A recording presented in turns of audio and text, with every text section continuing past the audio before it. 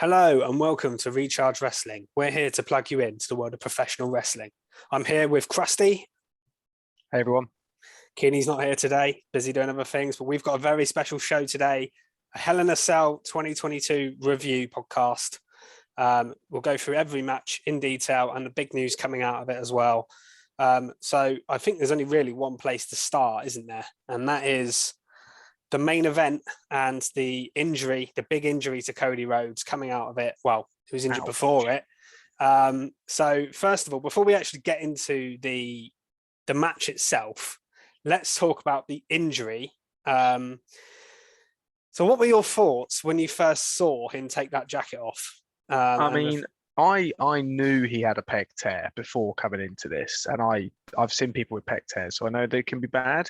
But I thought if they're letting him wrestle, maybe he's going to have a little, small bruise with sort of bandage, the straps they use to hold him together. But when he took that coat off, wow, that is a serious tear, an injury. And I thought, how on earth? I was thinking, how is he even going to raise his arm? Never mind wrestle with an injury like that. And this just straight away, I had such a big respect for Cody Rhodes. I did anyway, but that shows how much he's into this and how much he wants to impress. He didn't want to let the fans down. He didn't want to let the company down. Didn't want to let Seth Rollins down. When you look at all of it like that, and it also puts. Vince after that must be like, wow. Like, if he wasn't going to be WWE champion already, surely now when he comes back, it's a guarantee. We'll be talking about the match, but some of the stuff he wrestled better than a lot of people wrestle without an injury. Yeah, and the storytelling was amazing, and we'll come to that in a minute. But because it helped the match in some ways because of the injury as well. Yeah, definitely. But so the rumor is that. Well, it's not rumor, it's sort of speculated that kind of injury, sometimes it can be like 3-4 months, but it can be up to sort of 6. Yeah, definitely. If it's bad. I remember Triple H got it and he had a very similar sort of look. And he was out for like 6 months or something. This was only a couple of years ago. Cody's a bit younger and maybe in better shape than Triple H is at the moment, but still, it's something that could keep him out for a while. I thought he was the shoe-in to win Money in the Bank next month, which definitely opens that up. Who's going to win that? I think this is going to change WWE's plans massively. It probably is. But if he can return, I'm gutted if he isn't at Clash at the Castle, because I was really looking forward to seeing him. Obviously, we're going to that show. That would be a shame. That's 3 months away. I think we're going to get... I think we're going to get Cody carrying on with promos, keeping himself relevant. Maybe not every week, but if you look at Roman, how often is he wrestling? Like, hardly ever. Someone who's as over as Cody Rhodes should be on the microphone. Hopefully, I'd like to see that. But yeah, I would speculate.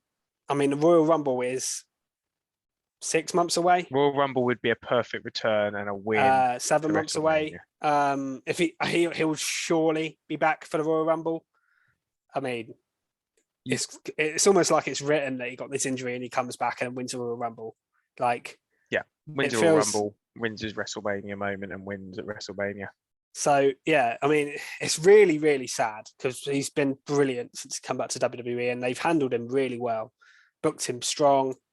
But I have no doubt he is going to come back just as good, if not better than before. But yeah, mad respect for putting that performance in last night. I have to say as well, mad respect to Seth, because you could see a lot of the time he was looking after Cody there, protecting him, looking, checking he was okay and he hadn't made it worse. But yeah, so Seth was brilliant as well. And, I've listened to a couple of other podcasts there. I've seen, read some stuff online, and a lot of people, criticizing WWE for even letting him go out there. He did do a promo after the show went off the air, and he told the crowd, "This is solely my idea." No one was like, "You've got to do this main event." They could have replaced him. They could have. I am quite surprised they allowed him to. So yeah, do you think they should have allowed him to go out there and wrestle? Because the problem is it sets a precedent of, if other wrestlers have similar injuries, they're going to want to do it. I guess they'd have weighed up the risk of further injury and how bad it can get. Because if you have a head injury, that's it. You can't compete because the things can get so bad.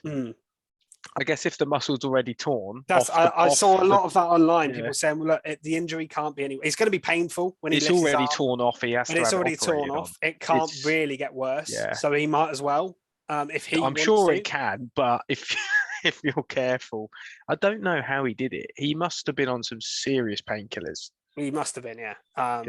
But yeah, I mean, to be honest, I feel like it's not up to us to care about that really. Well, we care, but it's not up to us to make that decision. Cody wanted to do it. WWE were fine with him doing it.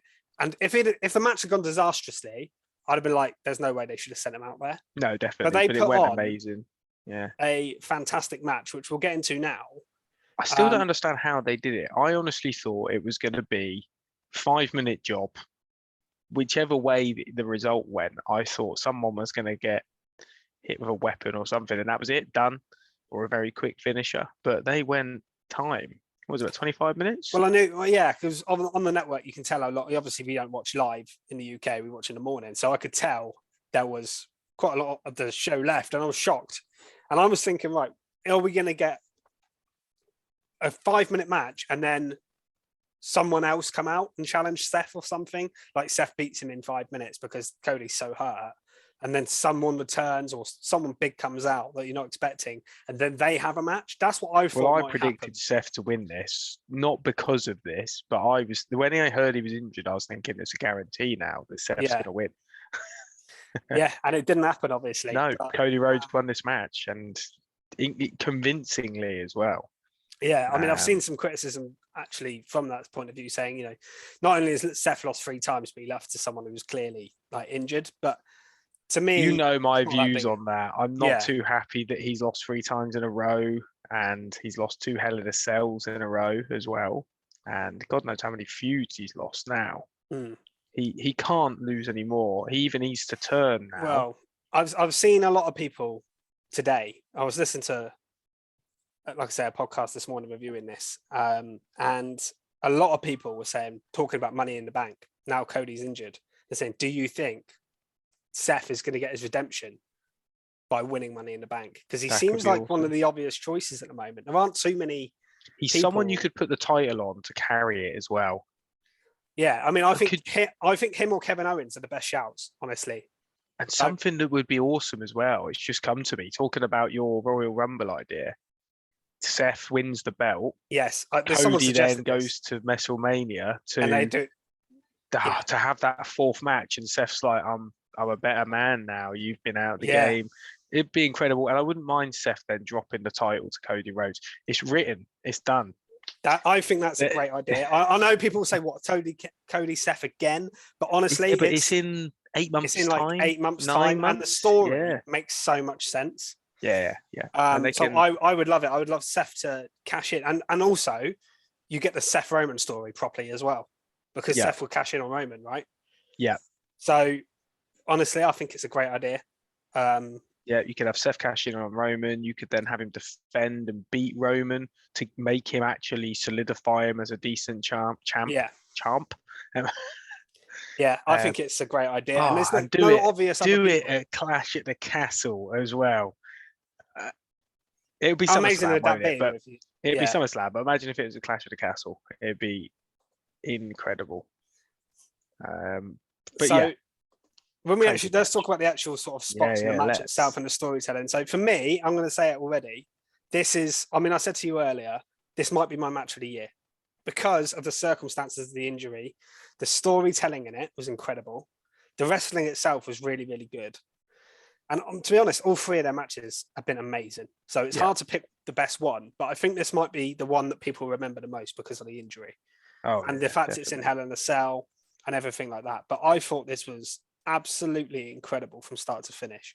So obviously at the start, Seth comes out, he's got his jacket thing on, he takes it off and he's dressed in the polka dots like Dusty Rhodes. For a start, brilliant mind games, brilliant thing to come out with.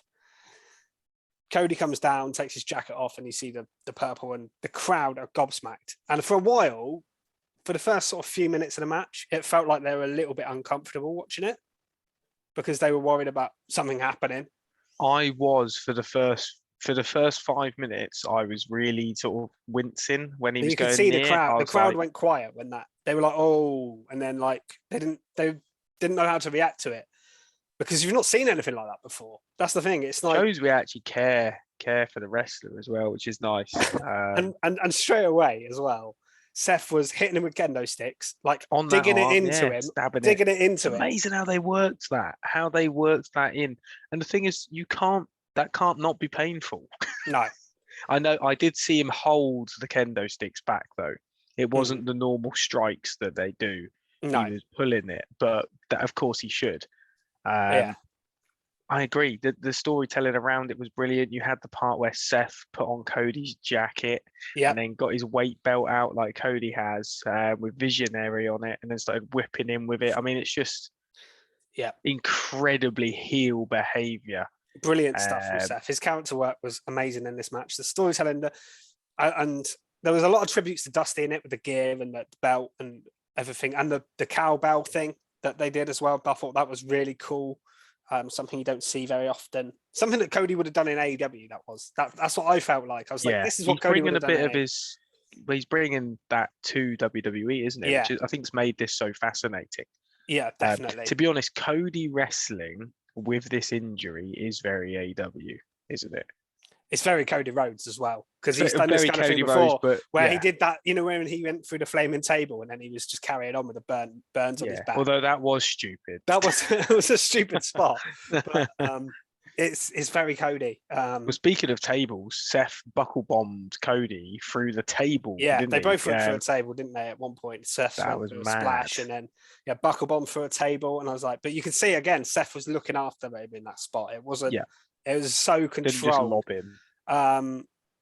I loved as well all the Triple H stuff in this match. Yeah. And the callbacks to the throne and the smashing with a sledgehammer. As soon as the sledgehammer come out, I was like, here we go. For people like us who know why they're doing it, it is just for filthy marks like us.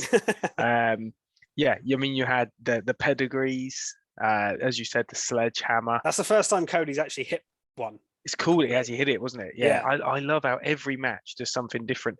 I'm not getting bored of the matches. I was just getting aggravated with the results. Yeah. That was my problem. I still think you're right in the fact that Seth should have won the second one. He should have won it. It doesn't make any sense. There was nothing to that. He should have won that. He should have. No one would have cared if he won that. No. Like no one would have gone, oh my God. Well, there would have been a few people saying it, but they just ignored them. Like it would not have done Cody any harm, honestly. And how many crossroads did we have? Like 4 Loads. overall? Obviously, Seth hit 1. Cody, awesome. I think, hit 3. But yeah, like straight away as well, he did a Cody cutter like off the rope within the first 30 seconds. And I was just like, holy shit, he's just wrestling. I think that's almost like showing the crowd, look at, I can do this. Look at me, I'm fine. Yeah. Incredible stuff. What honestly. a guy. It made me laugh a bit when the crowd chanted, "Thank you, Seth." When he got the table out. And I was like, because they all wanted tables, didn't they? They were chanting that in an earlier match, the Corbin match, and then Seth got one out here, and they were cheering. I was like, he's trying to put Cody Rhodes, who's injured, through a table, and you're like, "Thank you, Seth." It was quite funny from the crowd, but yeah, just such a cool main event. I'm probably missing some spots out, but it was so good. Well, you mentioned Seth going through a table where basically Cody moved off the table, didn't he? And he frog splashed himself. Yeah. Seth frog splashed through the table. It was an awesome match. It didn't have any of the savagery, like launching into the cage and things. I was going to say they didn't use the cell too much. I think it would have happened, but you can't really throw a guy with a torn peg out the ring. I did read some stuff earlier about some spots had to be changed. Obviously, apparently he was planning to do a big moonsault that Cody does do sometimes. He couldn't do that move. So there was some stuff obviously that Cody probably wanted to do that he couldn't do. But I didn't notice. Didn't really notice. This is just me being really analytic. Honestly, it wasn't Cody. It was great in the sense of storytelling because obviously in between moves, Cody was wincing, and it was like sometimes they play these injury angles into matches. Ali did it a lot in the previous match. But Cody was legit injured, and it really played into the story of the match. And and it didn't affect the pacing too much. There were little bits where they were like resting, but there wasn't periods where like, oh, it's a really long rest hold in the middle of the ring, because I think then the match would have been a bit more boring, and it would have the injury would have affected the match in a negative way. But I actually think it affected it in a positive way. It was quite remarkable, honestly. I don't know how they done it, and I can't see many wrestlers being able to do that and make it work. I thought it previously, the previous two matches anyway, but I honestly think these are the top two of the very top wrestlers in the world for various different reasons. Oh, 100%. I think Cody's proved in his AEW run and in his WWE run, like just how good he is. And I think Seth Rollins now, he hasn't had a bad match since that Hell in a Cell match against Bray Wyatt. Like, it was as if he took it personally. That was the booking, wasn't it? Not the match, and that was the booking. It wasn't him. It's like he took it personally. He's like, I'm never having a bad match. I was half expected Bray Wyatt to like come out of a pile of chairs in the middle of this. There were rumours of Bray Wyatt turning up at this show in the build-up as well. And no one from no one reliable. It was fan speculation that Bray Wyatt may come tonight, especially from Recharge Wrestling. Especially imagine if Seth had if it had been like a 5-minute match because Cody couldn't do the match and then they brought Bray Wyatt out. Like, that would have been mental. But yeah, that would be cool if he does come back. But I'm glad he didn't in this spot, because I feel like this was all about Seth. This was all about Cody and Seth. Yeah, definitely. And we had the end. The end part was just two crossroads from Cody, and then he managed to get the sledgehammer and smash Seth in the head. I love that. He hit 2 crossroads. He went to a third, but he was like, no, the sledgehammer. And he hits him across the head, wins. And yeah, I love the extra emotion at the end. He was kissing the mat. He just looked so emotional, which he would do after an amazing performance, but also the fact this might be his last match for a fair while. Yeah, definitely. After coming back to WWE, and honestly, he's not really missed yet. He's been so good. Been incredible. Mad respect for both men, and like I say, this might be my even though I don't think it was the best technical. Don't even think it was the best technical match of the night, which we'll get to in a minute. For me, it's my favorite match, maybe of the year so far. I loved it. It was fantastic. Really was fantastic. And I think we should go to the start of the card. I was going to say, unless you've got anything else, let's go on to another high point of the show. This was probably my match of the night, I think. Yeah. I think technically it was a better wrestling match, but I think the story Cody and the emotion. It would be so cheap for me to say my match of the night was a Seth Rollins match, because I say it every time. So I'm going to go for this one. Bianca versus Oscar and Becky, triple threat. This didn't stop. That you mentioned about the pace slowing. This did not slow down. No. And sometimes these triple threat matches are a bit rubbish because you have 2 in the ring, one's on the outside, peering like over the mat for 10 minutes while they have a fight. That didn't happen in this match, or not that I noticed. No, there was a couple of times at the start where Asuka was in the ring. It was 1-on-1 between Becky and Bianca, and Asuka was on the outside. But it wasn't taken away from obvious, the match. Was it? It was so impressive. These superstars have worked so hard, I think, in the sort of build up to this. Just little things, like there was an awesome spot where Oscar stepped off Bianca's back, jumped into Becky in the corner. Yeah, just so cool. We did see that in another match recently, and it didn't go too well, but this was fantastic. Everything just was fluid and worked. And the guys the girls, I should say, trying different moves, like Becky doing a leg drop off the top rope felt special because she doesn't do too much of the high flying. I thought all 3 were absolutely brilliant. There was no weak link.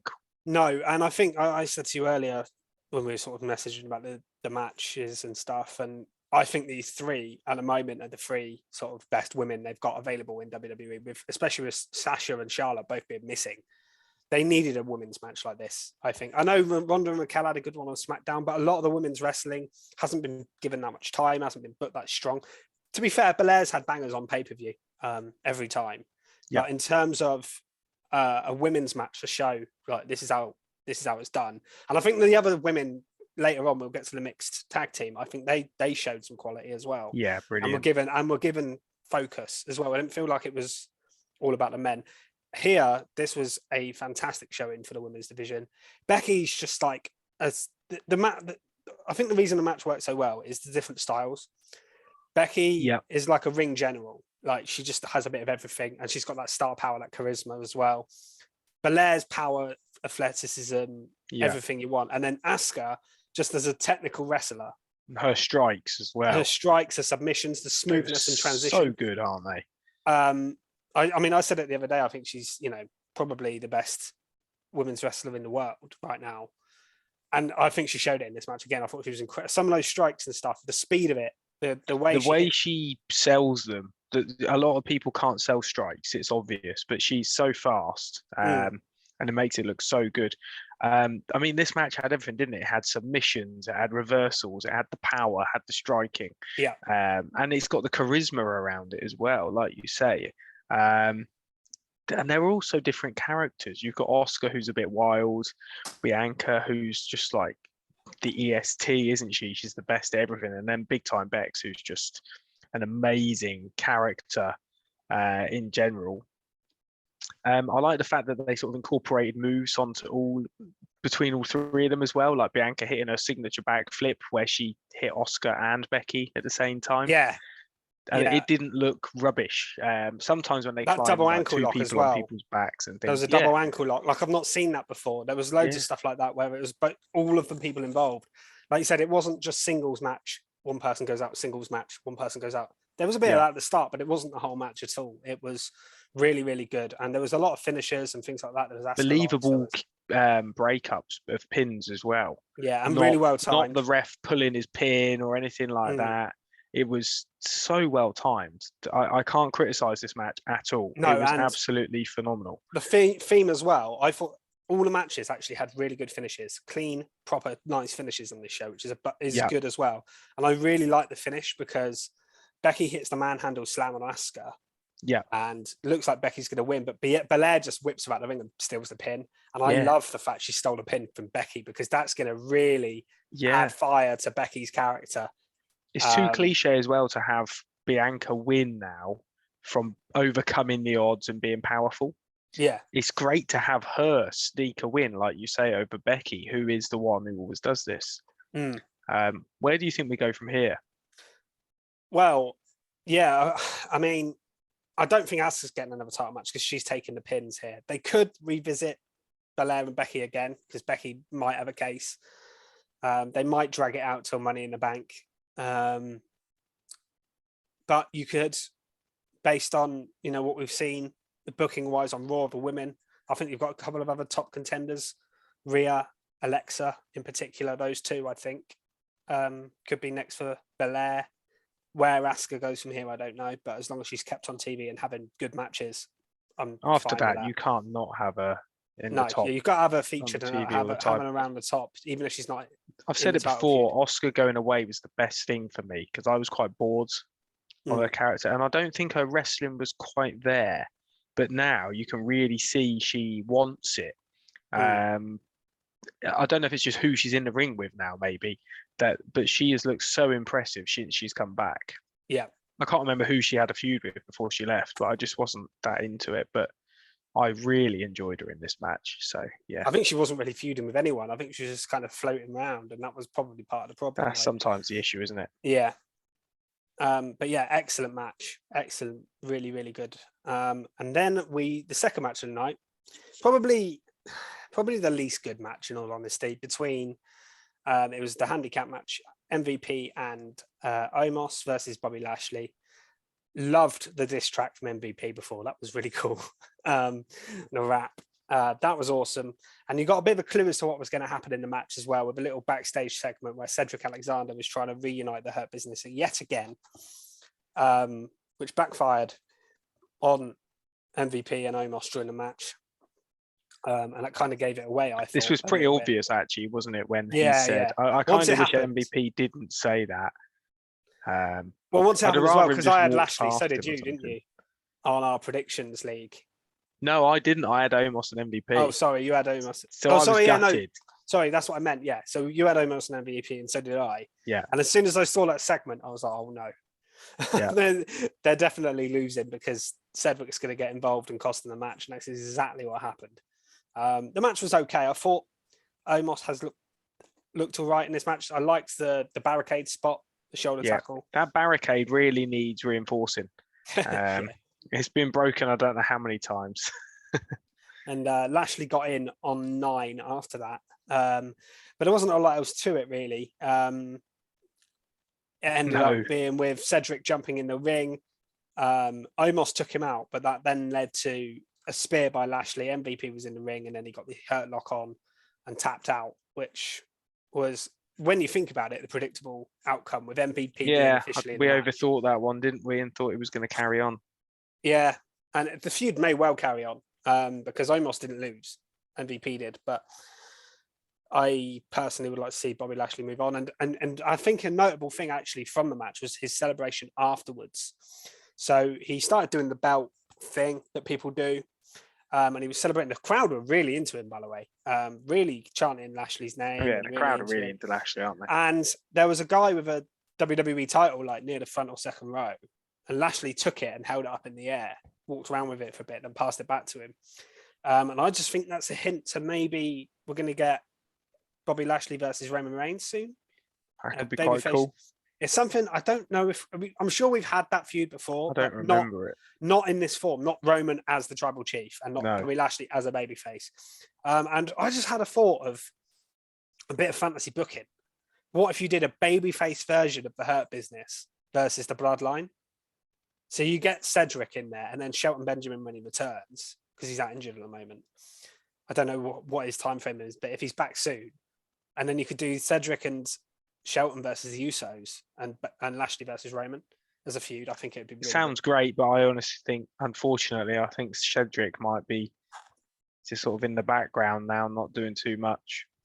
No, true. You're probably right, but I just had a thought of how do you even the odds up? Because if Lashley, I do think we may well get Lashley versus Roman next. I think you've got Lashley in his.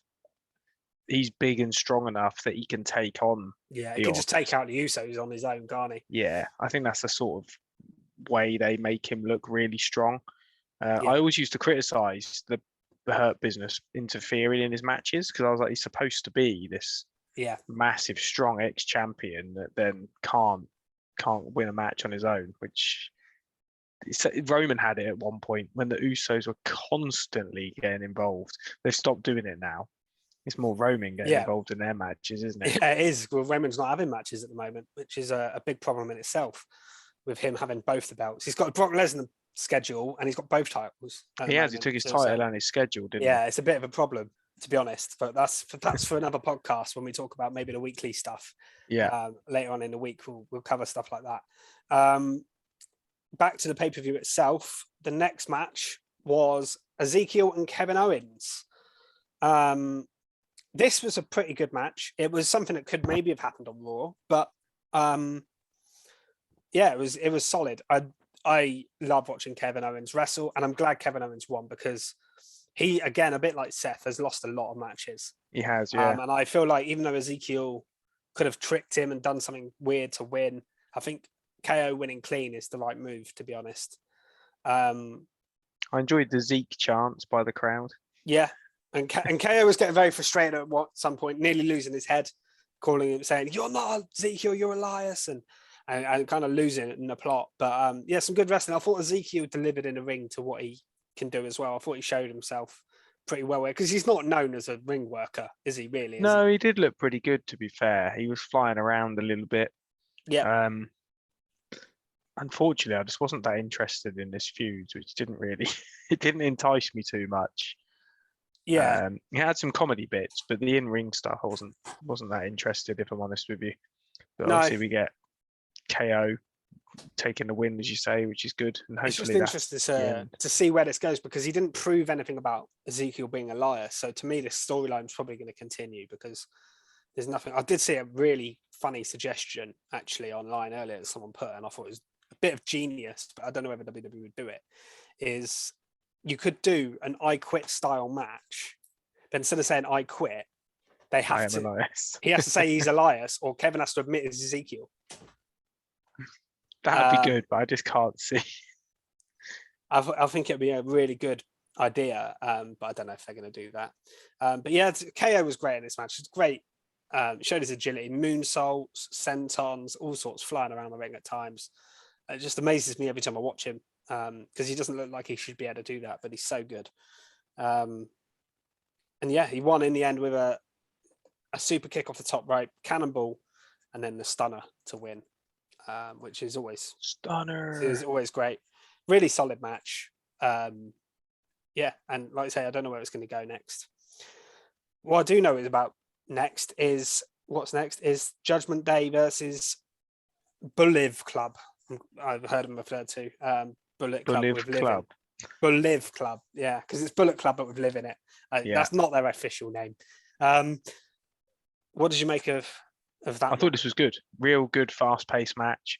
Liv and Rhea, when they get in the ring, are magic. They are fantastic. Well, that's what I was talking about when I said about the women showing earlier. I thought Rhea in particular was my MVP in this match because she even got involved with the men, like stopping them doing things, breaking up stuff. Well, that's how the finish came around, didn't it? Yeah, and her outfit as well. Like she looked so different and so cool. The matching ring gear with Priest and Edge. Yeah, showed off her tattoos, which I've never seen her leg tattoos. I thought she looked really so cool actually. A nice change. And I really liked the way they matched together, their entrance coming out and the way they celebrated at the end. I just think they look such a cool group now, and it's getting better and better. The match itself was pretty good. Really got good. AJ got busted open bad at one point. He did. He was flying all over the place, wasn't he? He was phenomenal forearming all over the place. Yeah, definitely. One thing I did note as well was it felt like a big match because Edge was in it. Because we get these matches a lot. We've had, AJ versus Priest, Balor versus Priest, Liv versus Rhea. But Edge doesn't wrestle on Raw, does he? So him being in the match, when he tagged in, it felt like a big-time pay-per-view match. And there's not that many... WWE doesn't have that many people where they feel like that now. Because most people do, apart from people like Brock Lesnar, John Cena, who aren't there every week anyway. Roman Reigns is becoming that. There's not too many that you feel like that about, but Edge definitely had that vibe about him. Really good match, I thought. I suppose something quite interesting is the fact that Finn took the pin. Yes, and we didn't get a turn, I predicted that Judgment Day would win because there would be either a turn from Balor or a new member joining, but we didn't get either of those things. I wonder if this is a build, so Balor taking the pin, sort of beating him down. They could almost play on the fact because Liv stood in Balor's way when he was going for the coup de grace. Yes. I wonder whether they'll play on that weakness that he didn't just jump. Yeah. And maybe get into his head. I just want Finn to join as the demon almost, just be able to bring him out on demand. I just think that's such a cool thing to do. But whatever, I really enjoyed this. Edge gets the spear when Finn misses the coup de grace, and that was a cool spot. I did really enjoy that. That was a really cool finish to the match. But I was just a little bit surprised that I wasn't disappointed because, like I say, every match on this card pretty much had a clean finish, and I like that. Yeah, on pay-per-views especially. I wouldn't have minded here if they'd brought someone in or there's a turn. That would have been fine, but a clean finish, I'm never going to complain about a finisher and a pin because we moan at WWE that they don't do it. So when they do it, I'm all for it. And like you say, Rhea as well kind of stopped Finn. Like I say, I think she was the MVP in this match. I thought she looked awesome throughout it. But yeah, fun match. And I feel like there's still more to come from this feud, whether it's Balor turning, whether it's someone else joining, whether it's, you could even make it a 4-on-4 down the line. They could have someone join both sides. But yeah, really good stuff, I think.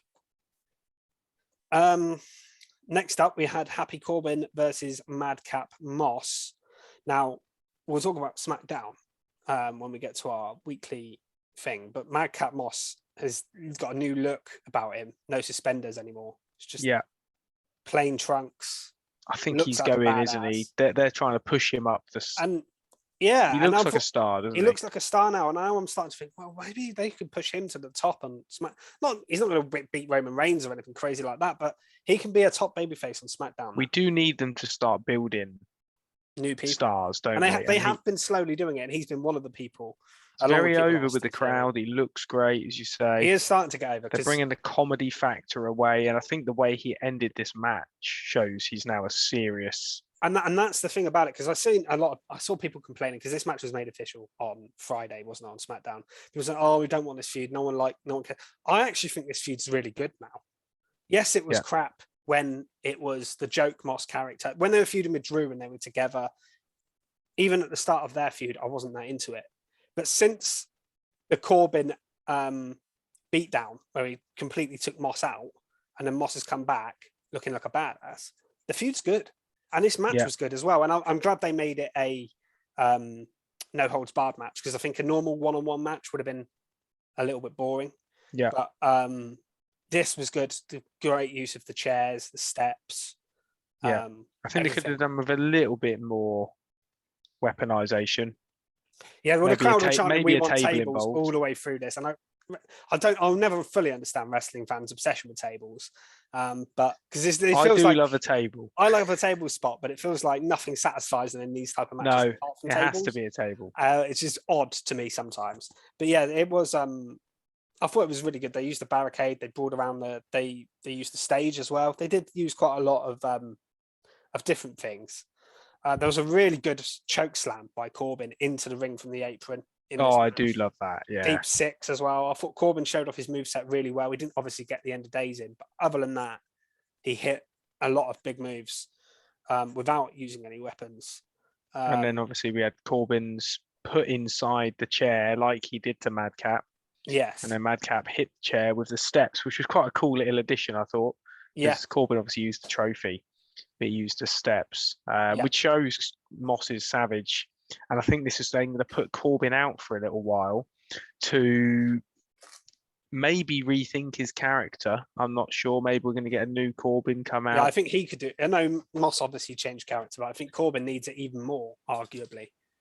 Because I know he's on SmackDown, but could you imagine if Corbin joined Judgment Day?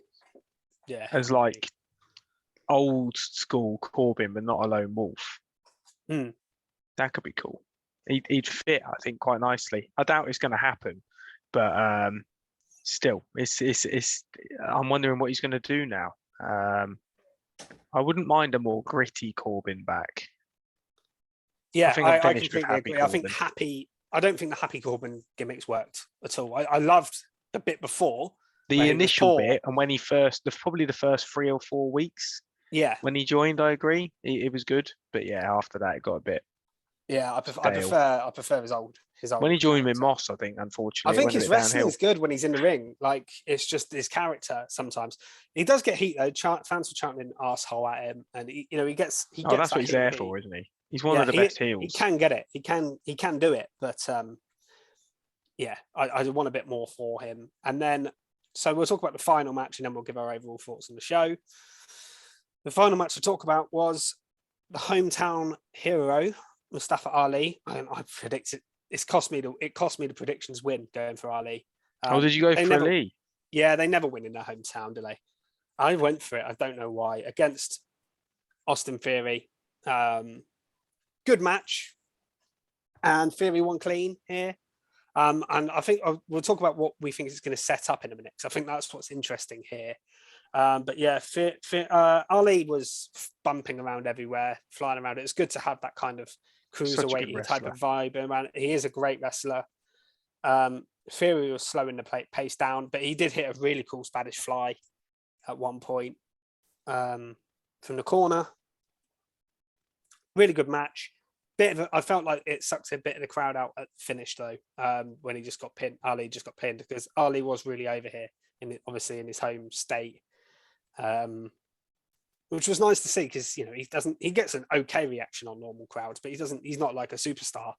But here he felt really, really popular. Yeah, no, I agree. There was something. One noteworthy spot was Theory did an awesome move where he like jumped onto the top rope when Ali was in the corner, and then did like a backflip. Yeah, that was what I was on about. That was a Spanish fly.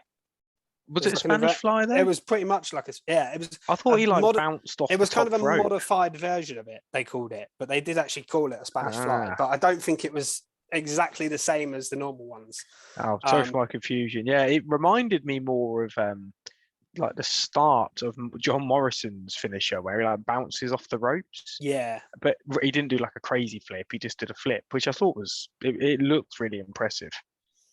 Yeah, and the finish came from when Ali went to the top to do a 450, missed it, and then got hit by the A-Town down. A-Town down. And then obviously he took the selfie afterwards. But what I was looking at here is because he was doing the selfie for ages. He was playing to the crowd. I thought, is someone going to come down here? And by someone, I mean someone very particular. And yes, because you know it's been rumored for a while that maybe we might see Theory v Cena. Theory v Cena feels like a very obvious match to do for various reasons. And Cena has been teasing it like crazy. I mean, I showed you the clip the other day. Isn't it? He was talking. He was like, "Who's your favorite superstar in WWE at the moment?" He was like, "Theory." Like he's got my eye. I've got my eye on you. And then like, yeah, who deserves an AA? And he was like, Theory. Yeah, and he just kept saying Theory over and over again. It's definitely happening at SummerSlam. And then last night he put a picture of his foot over the United States Championship because he'd just taken down the US champion. So I was kind of maybe thinking, yeah, you're probably right, it would be SummerSlam. But I was thinking if it was going to be at Money in the Bank, you could have set it up here. But I think what would be cool is if Cena comes out at Money in the Bank, if Theory has a promo or something. That's what he did last year, didn't he? Didn't he return at Money in the Bank last year? Did he? Well, maybe I think he should anyway. Let's do it again. Yeah, he obviously confronted Roman, didn't he, last year? I think it was at Money in the Bank because the match happened at SummerSlam, didn't it? Cena and Roman. But yeah, I think that is where we're heading. And, you know, in that sense, it probably made it obvious that Theory was going to retain because I think they're probably going to do it for the United States Championship as well. Well, it'd be cool if Cena actually won it and had a bit of. It would, but then he's not going to be on. I don't think his schedule is going to have. He's going to have it. I'm just wanting these guys to be involved so we can get them in the UK. I think we'll get something like Vince screwing over Cena and helping Theory or something crazy like that will happen. That could be cool. Yeah, I can see something like that happening. But yeah, I think that's an interesting thing to come out of this. I feel a bit bad for Ali because I feel like I hope they use him. He lost clean. I hope they carry on using him. Yeah, I hope they carry on using him as well. But I went for him because I just thought, well, he's come back after being away for ages. Maybe they're going to give him something. And Theory's been good with the title, but I feel like if you're doing Theory versus Cena, didn't need it. The title necessarily on the line. But the US title really is a Cena thing, isn't it? Yeah, it is. It is. So I do get it, but at the same time, I kind of thought maybe they're gonna, because Ali was in his hometown. I know they normally lose in their hometown, but I had a funny feeling that to be honest, I just hope they've seen enough from Ali to realise he is an impressive wrestler. Yeah, good on the mic. So I think they know that anyway. I think they like it. That's why they didn't let him go. It refused it because they released a lot of people. You know, Toni Storm requested a release and she was gone the next day, pretty much. Whereas Mustafa Ali, they didn't let go, and I think that's because they see the value in him. You know, I think they see that if he went to AEW, he'd be a valuable asset over there. Like he could do something. So I think they know how good he is. It's just they've got a lot of people they probably have above him as well. That's the problem.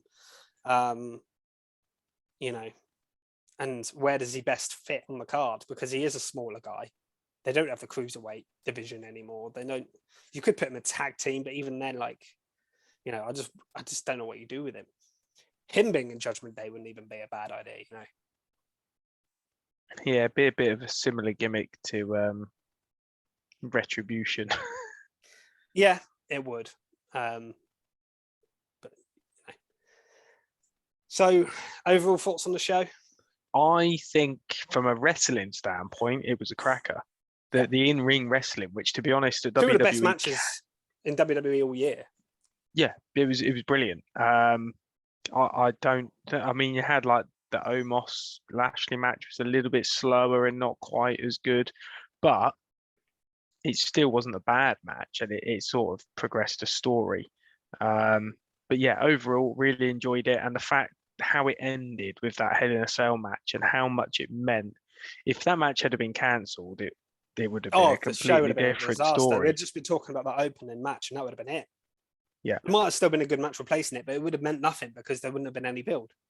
And it wouldn't have been a title match. It's not like Roman Reigns was going to replace it. Do you know what I mean? It would have been Seth versus somebody else. Yeah. And I'm sure they would have had a good match, but it wouldn't have been the same. Wouldn't have meant something, would it? But yeah, the way it ended just really solidified a real solid show. Because to be honest, I was a bit worried it wasn't going to be that good because there was no real big match apart from Cody Seth. And the a lot of these match. shows, though, WWE ones recently, especially sort of the minor shows, they under promise it and then over deliver it. Like the cards, the builds aren't necessarily that great. You look at the cards and think, oh, it's decent, but it's not. But then some of the matches are bangers. You get like 2 or 3 really good matches on the show every time. I feel like we had it at Payback as well, or back. No, I keep calling it Backlash, wasn't it? Yeah, Backlash was very much the same, where the matches really outshone what the build was. Sometimes it's the other way around with the big shows. I remember, we were so excited for, say, the Royal Rumble this year. We actually watched the Royal Rumble together, and it was. Oh, that was the Brock crap that made that. It was crap. That men's Rumble was terrible. So, for example, that had so much hype and didn't deliver, whereas this didn't have much hype, but I thought it really delivered. And it's weird as well, only seeing one Hell in a Cell match on the Hell in a Cell pay-per-view. But do you know what? I didn't mind it. Because I didn't think that women's match, even though I thought it was going to have Hell in a Cell in the build-up, didn't need it. I think the only match that maybe could have done with the Cell was the Lashley Omos one.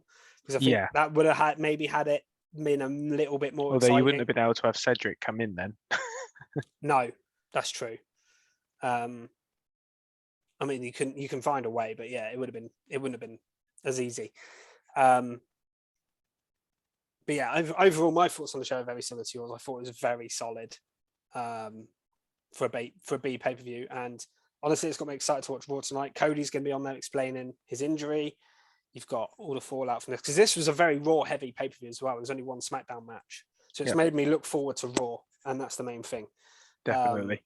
I'm looking forward to seeing what happens with Judgment Day, the women's title, even Theory. So yeah, we've got an exciting build now. We've got Money in the Bank, and then lead up to SummerSlam. So it's a good time again. It's an exciting time for wrestling. I don't think Money in the Bank is going to be quite as big a deal now. It's been moved from the stadium and into an arena, but I love Money in the Bank ladder matches anyway, and you get loads of qualifiers normally in the build-up, and you've got the intrigue of who's going to win it. So, which I think makes our predictions very interesting, because it's not as predictable when you've got 8 people in a match or whatever, because our predictions are very, it's quite close at the moment.